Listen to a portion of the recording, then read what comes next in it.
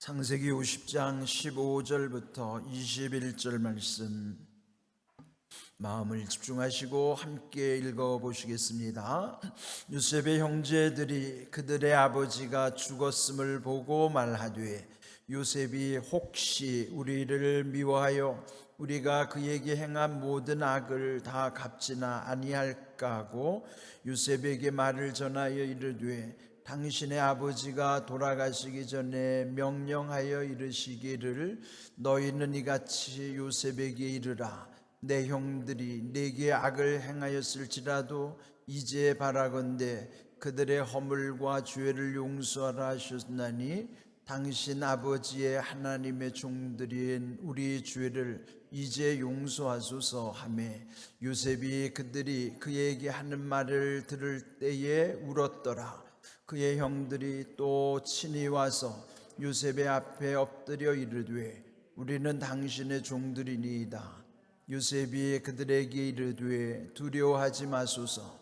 내가 하나님을 대신하리이까. 당신들은 나를 해하려 하였으나 하나님은 그것을 선으로 바꾸사 오늘과 같이 많은 백성의 생명을 구원하게 하시려 하셨나니 당신들은 두려워하지 마소서. 내가 당신들과 당신들의 자녀를 기르리이다 하고 그들을 간곡한 말로 위로하였더라. 아멘. 오늘 제목을 보시면 혹시 이렇게 정했어요. 이제 여기 15절 보면 그 요셉의 형제들이 아버지의 장례를 마친 다음에 마음이 불안해졌어요. 그건 다름 아닌 이제 여기 혹시라는 것은 아버지 돌아가셨으니까 이 요셉이 옛날 일을 다시 끄집어내서 우리가 해코지 한 것에 대해서 혹시라도 안갚음하지 않을까, 복수하지 않을까, 그 두려운 마음이 들었던 거예요. 그러니까 우리도 이제 일상에서 혹시라는 말을 많이 쓰죠. 근데 혹시 근데 이제 혹시 하는 거 그건 한문인데요. 시라고 하는 건 뒤에 시자는 옳다는 뜻이고 혹은 의심이 들어간다는 뜻이에요. 그러니까 이게 옳은 것인가에 대한 의심이 들어가는 것을 혹시 이렇게 이제 표현하는 거예요.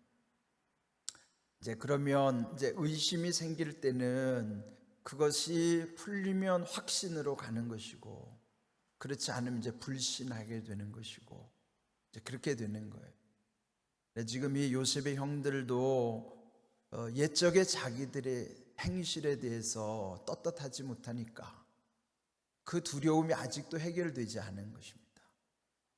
이 죄책감이라는 것은 이렇게 우리를 괴롭히는 거예요. 이미 요셉의 입장에서는 그 형들의 과거를 다 용서했잖아요.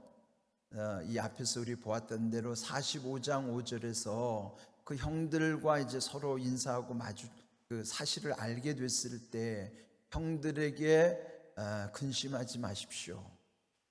이렇게 된 것은 하나님이 미리 나를 이 땅에 보내셔서 구원하게 하시기 위해서 하나님이 하신 것입니다.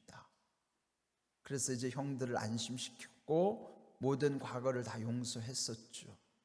그런데 이 가해자들이었던 형들은 그 불안함에서 여전히 그 떨치지 못하는 두려움이 그들 속에 계속 남아 있었던 것이죠. 그래서 이제 결국 그 행한 모든 악을 다 갚지나 아니할까? 혹시 이게 뭐예요? 의심이 생기는, 불신이 남아 있죠. 확신이 없는 거예요. 그래서 이제 결국 찾아가서 그 요셉에게 말하기를 아버지 살아생전에 우리에게 이렇게 명령한 적이 있다.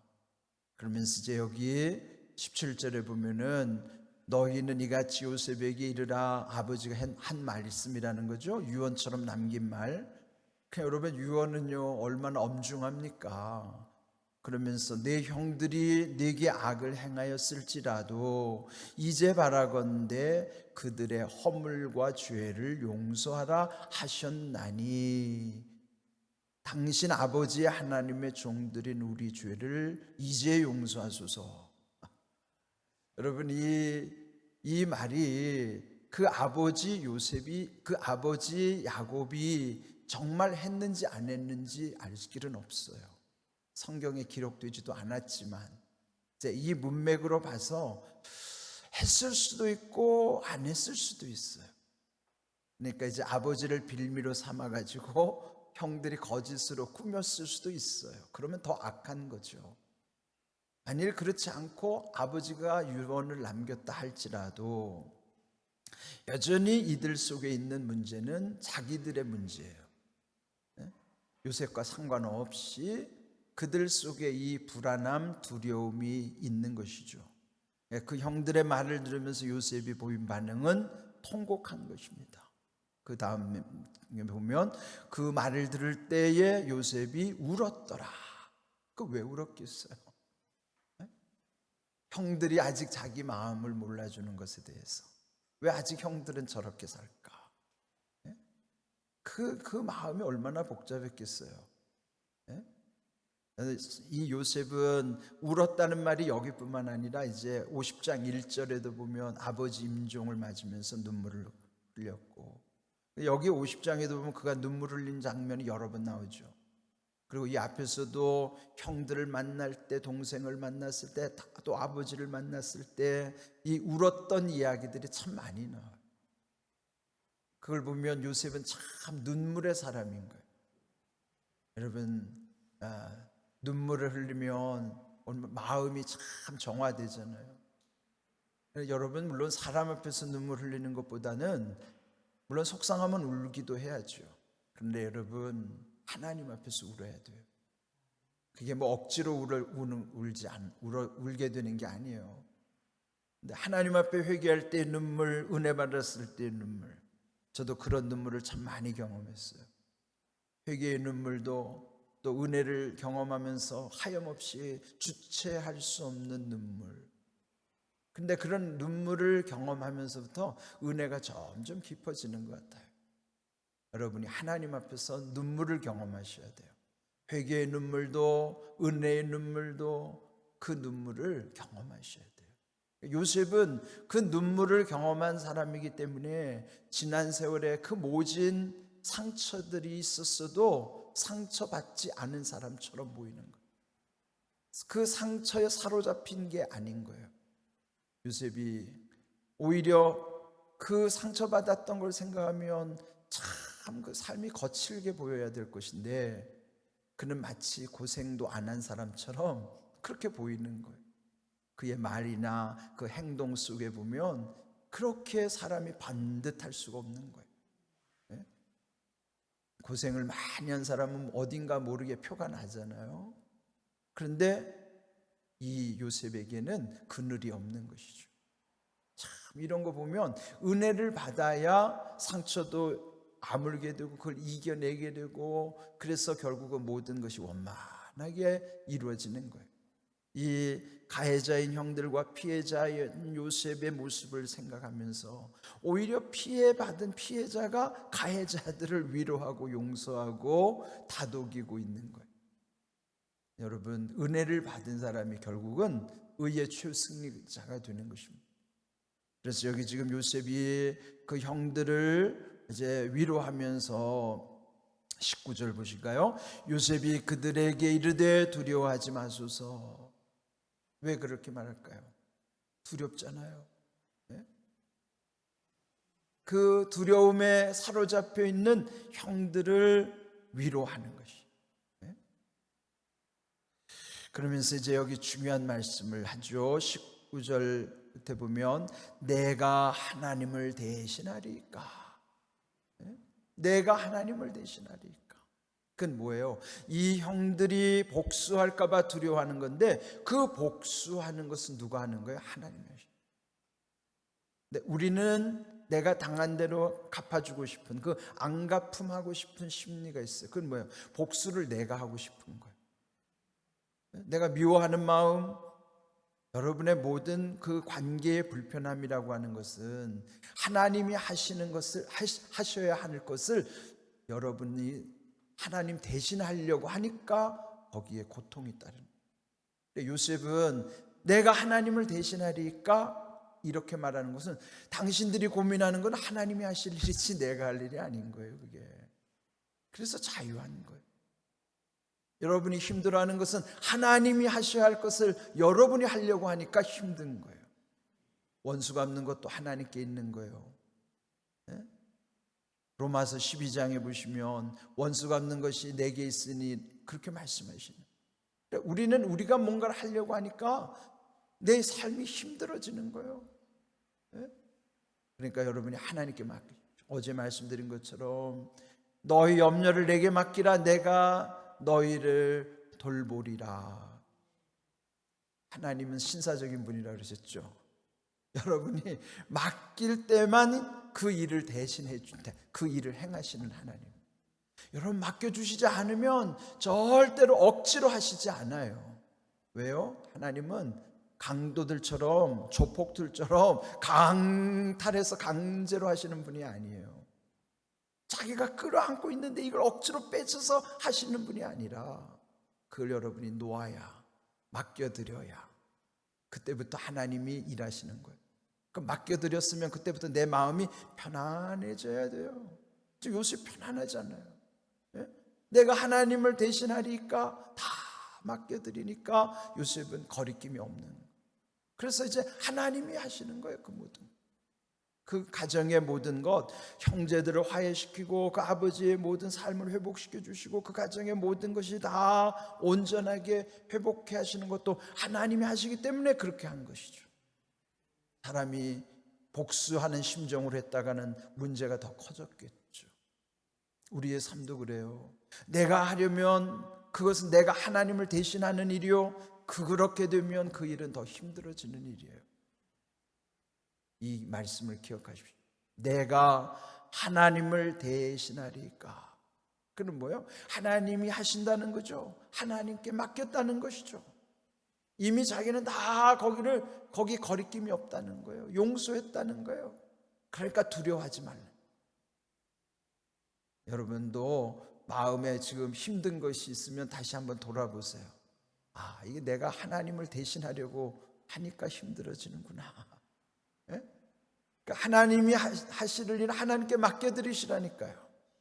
내가 힘든 거는 하나님이 하셔야 되는 거예요. 내가 해서 되지 않아요. 그러면 얼마나 마음이 편안한지 몰라요. 새벽에 오셔서는 그렇게 하는 거예요. 모든 거 다 내려놓는 시간이에요.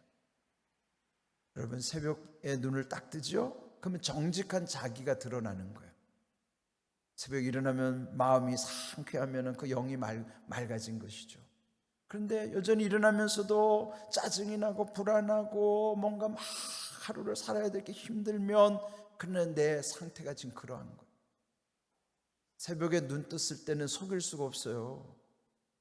새벽에 눈 뜨자마자 아무리 나쁜 사람이라도 일어나자마자 오늘 누구를 사기칠까, 오늘 누구를 속여 먹을까, 그거부터 궁리하는 사람은 없어요. 살다 보니까 꼬여가지고 자꾸 그렇게 되는 것이지. 아침은 정직한 시간이에요. 그래서 새벽에 정직한 나를 만나면서 내가 힘들어하는 것은 문제가 있기 때문이니까 주님께 나올 때마다 그거 다 내려놓아야 되는 거예요. 그리고 맡겨드려야 되는 거예요. 그래야 하나님이 일하시는 것입니다. 그러면 여러분이 편안하게 여러분의 일상으로 다시 돌아갈 때 이 요셉처럼 그 평안함 속에서 모든 일 하나님이 하시는 것을 경험하면서 살게 되는 것입니다. 새벽에 제발 좀 내려놓고 편안하게 가세요. 기도하면 얼마나 편안해져요. 저도 그래요. 저도 새벽마다 내려놓고 또 내려놓고 또 내려놓고. 그래서 어제보다 오늘이 조금 더, 오늘보다 내일이 좀 더 예수님을 조금씩 더 닮아가는 거룩함의 길을 가는 것이죠. 여러분 저의 변화를 가장 잘 아는 사람은 저를 가장 가까이 하는 사람이에요. 그 가족들이죠. 제 아내와 제 아이들이 저의 변화를 제일 잘 알 거 아니겠어요? 그래서 저도 돌아보면 야, 정말 하나님이 많이 나를 만져주셨구나. 아직도 주님을 닮으려면 멀었지만 옛적에 나를 돌아보면 나는 엄청 달라진 거예요. 물론 더 많이 예수님을 닮아가야 되는 삶의 여정이 남아있지만 그런 모든 것은 하루아침에 되는 것이 아니라 매일 삶 속에서 기도하면서 내려놓고 또 내려놓고 주님을 바라보면서 마음에 주님께서 묶여있는 것 풀어주시는 해방의 은혜, 그래서 내 마음에서 느껴지는 자유함의 은혜, 그 평안함의 은혜, 기쁨의 은혜, 감사함의 은혜를 지속해 나감으로써 더욱 예수님을 닮아가는 것이요, 모든 일은 하루아침에 갑자기 되지 않아요. 여러분, 이 거룩함의 길에서 주님을 닮아가는데 이 요셉은 우리가 보아야 될 거울과 같은 대상입니다. 그래서 결국은 그들의 두려움을 다 풀어주면서 20절 당신들은 나를 해하려 하였으나, 다 이 사실을 다 알고 있잖아요. 요셉도 그 팩트는 변치 않는 거예요. 당신들이 나를 해하려고 했지 않느냐, 그건 사실이죠. 다 아는 사실이에요. 그러나 거기에만 매여 있는 것이 아니라 하나님은 그것을 선으로 바꾸셨다 이 말이에요. 뭐야? 하나님께로 맡겨드린 거예요. 당신들이 내게 이렇게 해코지를 했을지라도 하나님은 오히려 합력해서 선을 이루셨다는 거예요. 지난 주일날 말씀드린 것처럼 우리가 알거니와 하나님을 사랑하는 자들에게는 이런 놀라운 변화의 역사가 있는 거예요.